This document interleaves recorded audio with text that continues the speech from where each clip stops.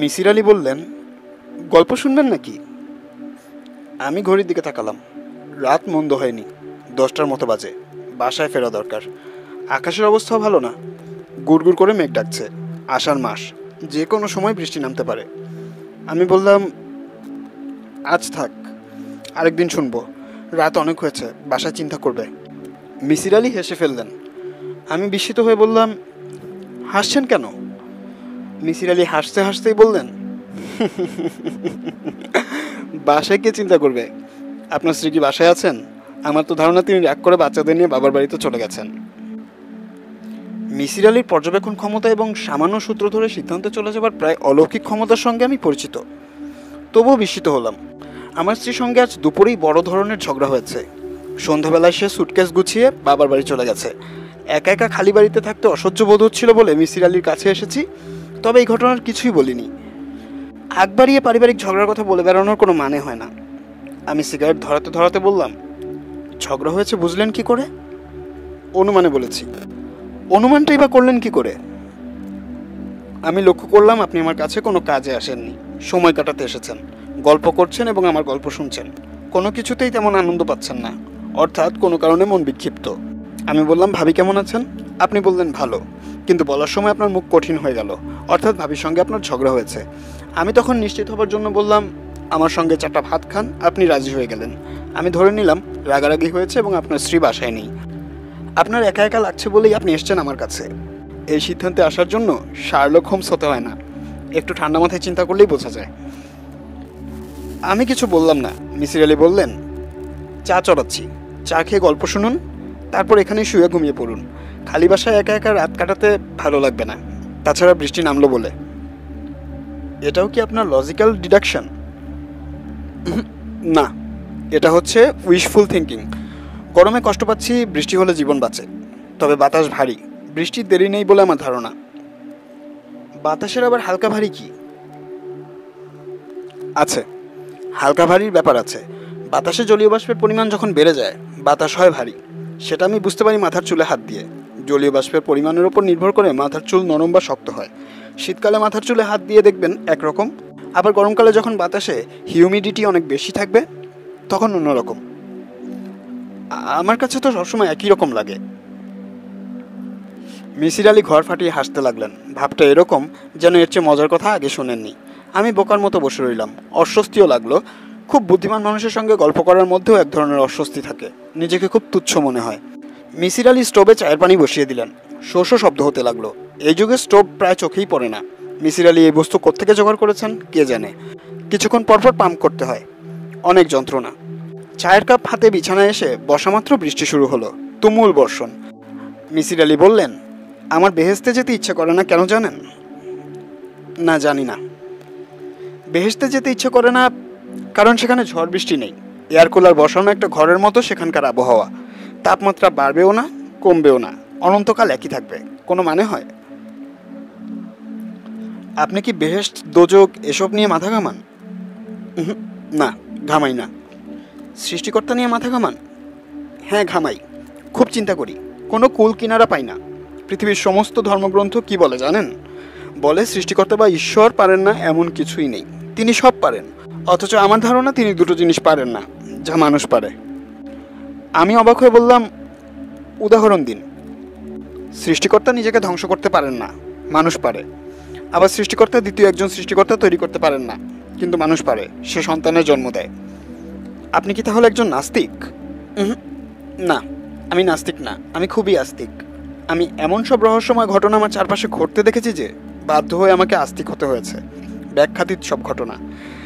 যেমন স্বপ্নের কথাটাই ধরুন, সামান্য স্বপ্ন অথচ ব্যাখ্যাতীত একটা ঘটনা। ব্যাখ্যাতীত হবে কেন? ফ্লয়েড তো চমৎকার ব্যাখ্যা করেছেন বলে শুনেছি।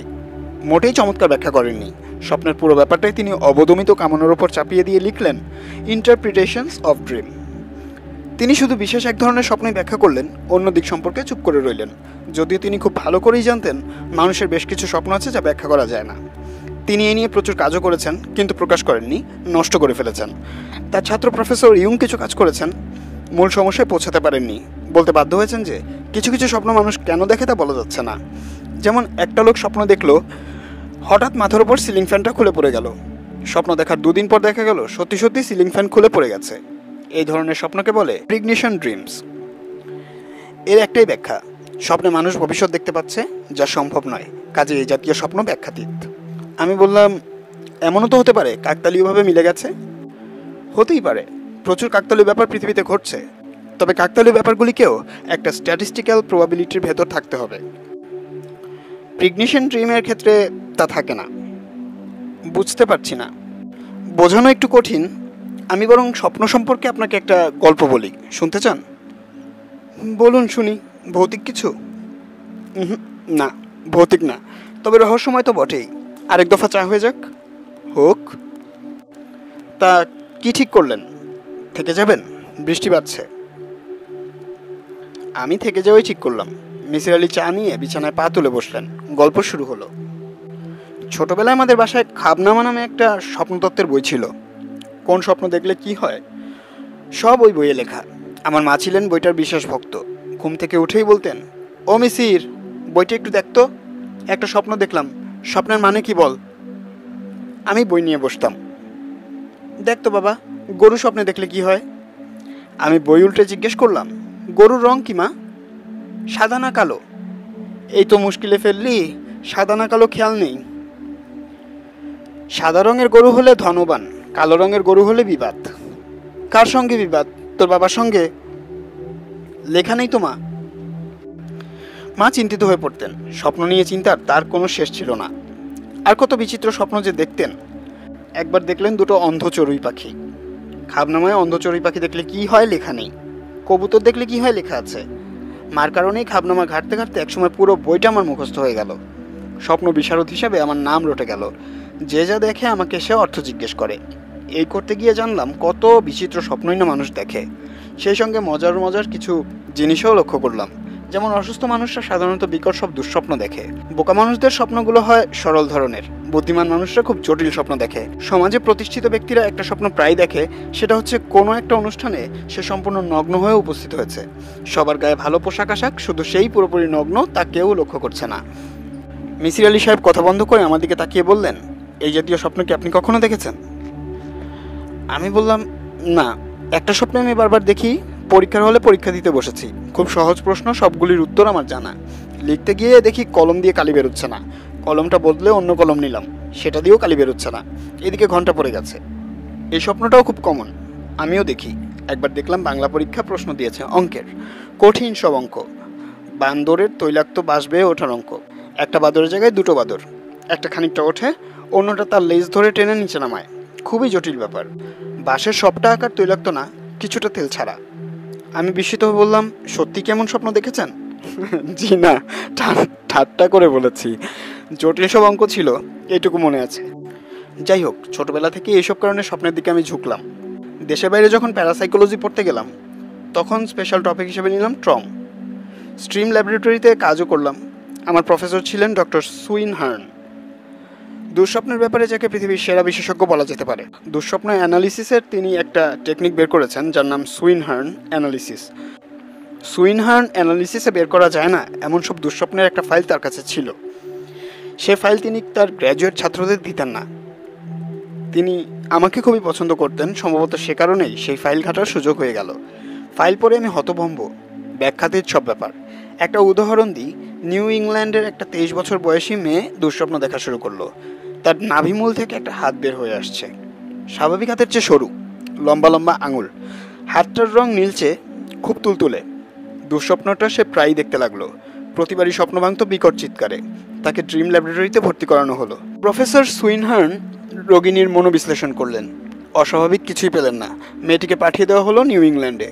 তার কিছুদিন পর মেয়েটি লক্ষ্য করলো তার নাভিমূল ফুলে উঠছে। এক ধরনের নন ম্যালিগন্যান্ট গ্রোথ হচ্ছে। 1 মাসের মধ্যে সেই টিউমার মানুষের হাতের আকৃতি ধারণ করলো। টিউমারটির মাথায় মানুষের হাতের আঙুলের মতো 5টি আঙুল। আমি মিসির আলিকে থামিয়ে দিয়ে বললাম, ভাই এই গল্প থাক, শুনতে ভালো লাগছে না, ঘেন্না লাগছে। ঘেন্না লাগার মতোই ব্যাপার, ছবি দেখলে আরও ঘেন্না লাগবে। মেয়েটির ছবি ছাপায়ুছাট ইংল্যান্ড জার্নাল অফ ভেসিনে। ছবি দেখতে চান? জি না। পিএইচডি প্রোগ্রামে গিয়েছিলাম, পিএইচডি না করেই ফিরতে হলো। প্রফেসরের সঙ্গে ঝামেলা হলো। যে লোক আমাকে পছন্দ করত সেই বিষ্ণু জোরে দেখতে লাগলো। এমএস ডিগ্রি নিয়ে দেশে ফিরলাম। ঢাকা বিশ্ববিদ্যালয়ে পার্ট টাইম টিচিংয়ের একটা ব্যবস্থা হলো। ছাত্রদের অ্যাবনর্মাল বিহেভিয়ার পড়াই। স্বপ্ন সম্পর্কেও বলি। স্বপ্নের সঙ্গে মানুষের অস্বাভাবিক আচরণের একটা সম্পর্ক বের করার চেষ্টা করি। ছাত্রদের বলি, তোমরা যদি কখনো কোনো ভয়ঙ্কর স্বপ্ন দেখো তাহলে আমাকে বলবে। ছাত্ররা প্রায়ই এসে স্বপ্ন বলে যায়। ওদের কোনো স্বপ্নই তেমন ভয়ঙ্কর না। সাপে তাড়া করেছে, আকাশ থেকে মাটিতে পড়ে যাচ্ছে, এই জাতীয় স্বপ্ন। আমার ইচ্ছা ছিল দুঃস্বপ্ন নিয়ে গবেষণার কিছু কাজ করব। সেই ইচ্ছা সফল হলো না। দুঃস্বপ্ন দেখছে এমন লোকজনই পাওয়া গেল না। আমি গবেষণার কথা যখন ভুলে গেলাম তখন এলো লোকমান ফকির। লোকমান ফকিরের বাড়ি কুমিল্লার নবীনগরে। বয়স 30-35। শিপিং কর্পোরেশনে মোটামুটি ধরনের চাকরি করে। 2 কামরার একটা বাড়ি ভাড়া করেছে কাঁঠাল বাগানে। বিয়ে করেনি, তবে বিয়ের চিন্তাভাবনা করছে।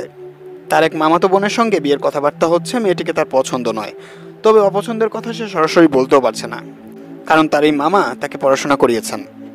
ছেলেটি এক সন্ধ্যায় আমার সঙ্গে দেখা করতে এলো। আমি তাকে দেখে চমকে উঠলাম। মুখ পাণ্ডুর বর্ণ, মৃত মানুষের চোখের মতো ভাবলে হীন চোখ। যৌবনের নিজস্ব যে জ্যোতি যুবক যুবতীর চোখে থাকে তার কিছুই নেই। ছেলেটি হাঁটছে খুঁড়িয়ে খুঁড়িয়ে, কিছুক্ষণ পরপরই চমকে উঠছে। সে ঘরে ঢুকেই বিনা ভূমিকায় বলল, স্যার আপনি আমাকে বাঁচান। আমি ছেলেটিকে বসালাম, পরিচয় নিলাম। হালকা কিছু কথাবার্তা বলে তাকে স্বাভাবিক করার চেষ্টা করলাম। তাতে খুব লাভ হলো বলে মনে হলো না। তার অস্থিরতা কমলো না। লক্ষ্য করলাম সে স্থির হয়ে বসতেও পারছে না, খুব নড়াচড়া করছে। আমি বললাম, তোমার সমস্যা কি? ছেলেটি রুমাল দিয়ে কপালের ঘাম মুছতে মুছতে প্রায় অস্পষ্ট গলায় বলল, স্যার আমি দুঃস্বপ্ন দেখি, ভয়ঙ্কর দুঃস্বপ্ন। আমি বললাম, দুঃস্বপ্ন দেখে না এমন মানুষ তুমি খুঁজে পাবে না।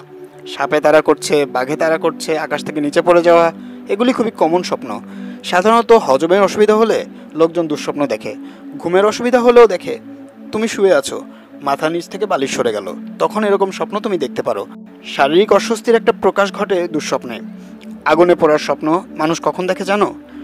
যখন পেটে গ্যাস হয়, সেই গ্যাসে বুক জ্বালাপোড়া করে, তখন সে স্বপ্ন দেখে তাকে জ্বলন্ত আগুনে ফেলে দেওয়া হয়েছে। স্যার আমার স্বপ্ন এরকম না, অন্যরকম। ঠিক আছে, গুছিয়ে বলো, শুনে দেখি কী রকম। ছেলেটি সঙ্গে সঙ্গে কথা শুরু করলো। মুখস্থ বলে যাবার মতো করে বলে যেতে লাগলো। মনে হয় আগে থেকে ঠিকঠাক করে এসেছে এবং অনেকবার রিহার্সাল দিয়েছে। কথা বলার সময় একবার আমার চোখের দিকে তাকালো না, যখন প্রশ্ন করলাম তখনও না। প্রথম স্বপ্নটা দেখি বুধবার রাতে 11টার দিকে ঘুমোতে গেছি। আমার ঘুমের কোনো সমস্যা নেই, শোয়ামাত্র ঘুমিয়ে পড়তে পারি। সে রাতেও তাই হলো। বিছানায় শোয়ামাত্র ঘুমিয়ে পড়েছি, সঙ্গে সঙ্গেই স্বপ্নটা দেখেছি। কি করে বুঝলে শোয়ামাত্র স্বপ্ন দেখেছ? জেগে উঠে ঘড়ি দেখেছি, 11টা 10। ঠিক আছে, স্বপ্নটা বলো। আমি দেখলাম খোলামেলা মাঠের মতো একটা জায়গা, খুব বাতাস বইছে, শো শো শব্দ হচ্ছে, রীতিমতো শীত লাগছে। আমার চারপাশে অনেক মানুষ, কিন্তু ওদের কাউকে আমি দেখতে পাচ্ছি না। ওদের কথা শুনতে পাচ্ছি, হাসির শব্দ শুনছি, একটা বাচ্চা ছেলে কাঁদছে তাও শুনছি, বুড়ো মতো একটা লোকের কাশির শব্দ শোনা যাচ্ছে, কিন্তু কাউকে আবছাভাবেও দেখতে পাচ্ছি না। একবার মনে হলো আমি বোধহয় অন্ধ হয়ে গেছি। চারদিকে খুব তীক্ষ্ণ চোখে তাকালাম, মাঠ দেখতে পাচ্ছি, কুয়াশা দেখতে পাচ্ছি, কিন্তু মানুষজন দেখছি না, অথচ তাদের কথা শুনছি। হঠাৎ ওদের কথাবার্তা সব থেমে গেল, বাতাসের শোষ শব্দও বন্ধ হয়ে গেল। মনে হলো কেউ যেন এসেছে, তার ভয়ে সবাই চুপ করে গেছে। আমার নিজেরও প্রচণ্ড ভয় লাগলো, এক ধরনের অন্ধ ভয়। তখন শ্লেষাজড়িত মোটা গলায় একজন বলল, ছেলেটা তো দেখি এসেছে, মেয়েটা কোথায়? কেউ জবাব দিল না। খানিকক্ষণের জন্য বাচ্চা ছেলেটির কান্না শোনা গেল, সঙ্গে সঙ্গে থেমেও গেল। মনে হলো যেন কেউ তার মুখে হাত চাপা দিয়ে কান্না বন্ধ করার চেষ্টা করছে। ভারী গলায় লোকটা আবার কথা বলল, মেয়েটা দেরি করছে কেন? কেন এত দেরি? ছেলেটিকে তো বেশিক্ষণ রাখা যাবে না, এর ঘুম পাতলা হয়ে এসেছে, ও জেগে যাবে। হঠাৎ চারিদিকে সাড়া পড়ে গেল। একসঙ্গে সবাই বলে উঠল, এসেছে এসেছে, মেয়েটা এসেছে। আমি চমকে উঠে দেখলাম আমার পাশে একটা মেয়ে দাঁড়িয়ে আছে, খুব রোগা একটা মেয়ে, অসম্ভব ফর্সা, বয়স 18-19, এলোমেলোভাবে শাড়ি পরা, লম্বা চুল, চুলগুলি ছেড়ে দেওয়া, বাতাসে উঠছে। মেয়েটা ভয়ে থরথর করে কাঁপছে। আমি অবাক হয়ে মেয়েটির দিকে তাকিয়ে আছি। সে অসংকোচে আমার হাত ধরে কাঁপা গলায় বলল, আমার ভয় করছে, আমার ভয় করছে। আমি বললাম, আপনি কে? সে বলল, আমার নাম নার্গিস। আপনি যা দেখছেন তা স্বপ্ন, ভয়ঙ্কর স্বপ্ন, একটু পরেই বুঝবেন। আগে এই স্বপ্নটা শুধু আমি একা দেখতাম, এখন মনে হয় আপনিও দেখবেন। মেয়েটা কাঁদতে শুরু করলো। আতঙ্কে অস্থির হয়ে আমার গা ঘেঁষে দাঁড়ালো। কাঁদতে কাঁদতেই বলল, আপনি কিছু মনে করবেন না, আমার ভয় লাগছে বলেই আমি এভাবে দাঁড়িয়ে আছি। এরা প্রতি মাসে একবার করে আমাকে এই স্বপ্নটা দেখায়। আমি বললাম, এরা কারা? জানি না, কিছু জানি না। আপনি থাকায় কেন জানি একটু ভরসা পাচ্ছি, যদিও জানি আপনি কিছুই করতে পারবেন না। কিছুই না, কিছুই না, কিছুই না। মেয়েটি হাঁপাতে শুরু করলো, আর তখনই সেই ভারী এবং শ্লেষা জড়ানো কণ্ঠ চিৎকার করে বলল, সময় শেষ, দৌড়াও, দৌড়াও, দৌড়াও। সেই চিৎকারের মধ্যে ভয়ঙ্কর পৈশাচিক কিছু ছিল। আমার শরীরের প্রতিটি স্নায়ু থরথর করে কাঁপতে লাগলো। চোখের সামনে কুয়াশা কেটে যেতে লাগলো। চারিদিকে তীব্র আলো, এত তীব্র যে চোখ ধাঁধিয়ে যায়। যাদের কথা শুনছিলাম অথচ দেখতে পাচ্ছিলাম না, এই আলোয় সবাইকে স্পষ্ট দেখতে পেলাম। এরা এরা এরা এরা কি? এরা মানুষ না, অন্য কিছু। লম্বাটে পশুর মতো মুখ, হাত পা মানুষের মতো, সবাই নগ্ন। এরা অদ্ভুত এক ধরনের শব্দ করতে লাগলো। আমার কানে বাজতে লাগলো, দৌড়াও, দৌড়াও। আমরা দৌড়াতে শুরু করলাম। আমাদের পিছনে সেই জন্তুর মতো মানুষগুলিও দৌড়াচ্ছে। আমরা ছুটছি মাঠের উপর দিয়ে। সেই মাঠে কোনো ঘাস নেই। সমস্ত মাঠময় অযুত নিযুত লক্ষ কোটি ধারালো ব্লেড সারি সারি সাজানো। সেই ব্লেডে আমার পা কেটে ছিন্ন ভিন্ন হয়ে যাচ্ছে। তীব্র তীক্ষ্ণ যন্ত্রণা। চিৎকার করে উঠলাম, আর তখনই আমার ঘুম ভেঙে গেল। দেখি ঘামে সমস্ত বিছানা ভিজে গেছে। এই তোমার স্বপ্ন? জি। দ্বিতীয় স্বপ্ন কখন দেখলে? ঠিক 1 মাস পর। সেই মেয়েটিও কি দ্বিতীয় স্বপ্নে তোমার সঙ্গে ছিল? জি। একই স্বপ্ন না একটু অন্যরকম? একই স্বপ্ন। এবারও কি মেয়েটির হাত ধরে দৌড়ালে? জি। প্রথমবার যেমন তার সঙ্গে কথাবার্তা হয়েছিল, দ্বিতীয়বারও হলো? জি। দ্বিতীয়বারও কি মেয়েটা পরে এসেছে? তুমি আগে এসে অপেক্ষা করছিলে? জি না, দ্বিতীয়বারে মেয়েটি আগে এসেছিল, আমি পরে এসেছি। দ্বিতীয়বারের স্বপ্ন তুমি রাত কটায় দেখেছো? ঠিক বলতে পারবো না, তবে শেষ রাতের দিকে। ঘুম ভাঙার কিছুক্ষণ পরেই ফজরের আজান হলো। দ্বিতীয়বারও কি স্বল্প মোটা গলার লোক কথা বলল? জি। লোকমান ফকির রুমালে কপালে ঘাম মুছতে লাগলো। সে অসম্ভব ঘামছে। আমি বললাম, পানি খাবে? পানি এনে দেবো? জি স্যার, দিন। আমি পানি এনে দিলাম। সে এক নিঃশ্বাসে পানি শেষ করে ফেললো। আমি বললাম, স্বপ্ন ভাঙার পর তুমি দেখলে তোমার দুটি পাই ব্লেডে কেটে ক্ষতবিক্ষত হয়ে গেছে, তাই না? লোকমান হতভম্ব হয়ে বলল, জি স্যার। আপনি কি করে বুঝলেন? তুমি খুঁড়িয়ে খুঁড়িয়ে ঘরে ঢুকলে, সেখান থেকে অনুমান করেছি। তাছাড়া তোমার পা স্বপ্ন দেখার পর কেটে যাচ্ছে বলেই স্বপ্নটা ভয়ঙ্কর। পা যদি না কাটতো তাহলে স্বপ্নটা ভয়ঙ্কর হতো না, বরং একটা মধুর স্বপ্ন হতো। কারণ তোমার স্বপ্নে একটি মেয়ের সঙ্গে তোমার দেখা হচ্ছে, যে মেয়ে তোমার গা ঘেঁষে দাঁড়িয়ে আছে। 18-19 বছরের রূপবতী একটি মেয়ে হাত ধরে তোমার সঙ্গে দৌড়াচ্ছে। আমার কথার মাঝখানেই লোকমান ফকির পায়ের জুতো খুলে ফেললো, মোজা খুললো। আমি হতভম্ব হয়ে দেখলাম পায়ের তলা ফালা ফালা করে কাটা। এমন কিছু সত্যি সত্যি ঘটতে পারে আমি ভাবিনি। লোকমান ক্ষীণ গলায় বলল, এটা কি করে হয় স্যার? আমি ঠিক বুঝতে পারছি না, তবে স্বপ্নের ব্যাপারে পড়াশোনা যা করেছি তার থেকে তোমাকে একটা কথা বলতে পারি। ইনভার্ট রিয়াকশন বলে একটা ব্যাপার আছে। ধরো তোমার একটা আঙুল পড়ে গেল, সেই খবর স্নায়ুর মাধ্যমে যখন তোমার মস্তিষ্কে পৌঁছাবে তখন তুমি তীব্র ব্যথা পাবে। ইনভার্ট রিয়াকশনে কী হয় জানো? আগে মস্তিষ্ক আঙুলটি পোড়ার অনুভূতি পায়, তারপর যতক্ষণে সেই খবর আঙুলে পৌঁছে ততক্ষণে আঙুল পোড়া পোড়া হয়ে যেতে পারে। স্বপ্নের পুরো ব্যাপারটা হয় মস্তিষ্কে। সেখান থেকে ইনভার্ট রিয়াকশনে শরীরে তার প্রভাব পড়তে পারে। এক লোক স্বপ্নে দেখতো তার হাতে কে যেন পিন ফোটাচ্ছে। ঘুম ভাঙার পর তার হাতে সত্যি সত্যি পিন ফোটার দাগ দেখা যেত। তোমার ক্ষেত্রে হয়তো তাই ঘটছে। তবে এমন ভয়াবহভাবে পা কাটার অভিশনর ব্লন্টার ধম্বে সম্ভব বলে আমার মনে হয় না। তাহলে কি? আমি বুঝতে পারছি না।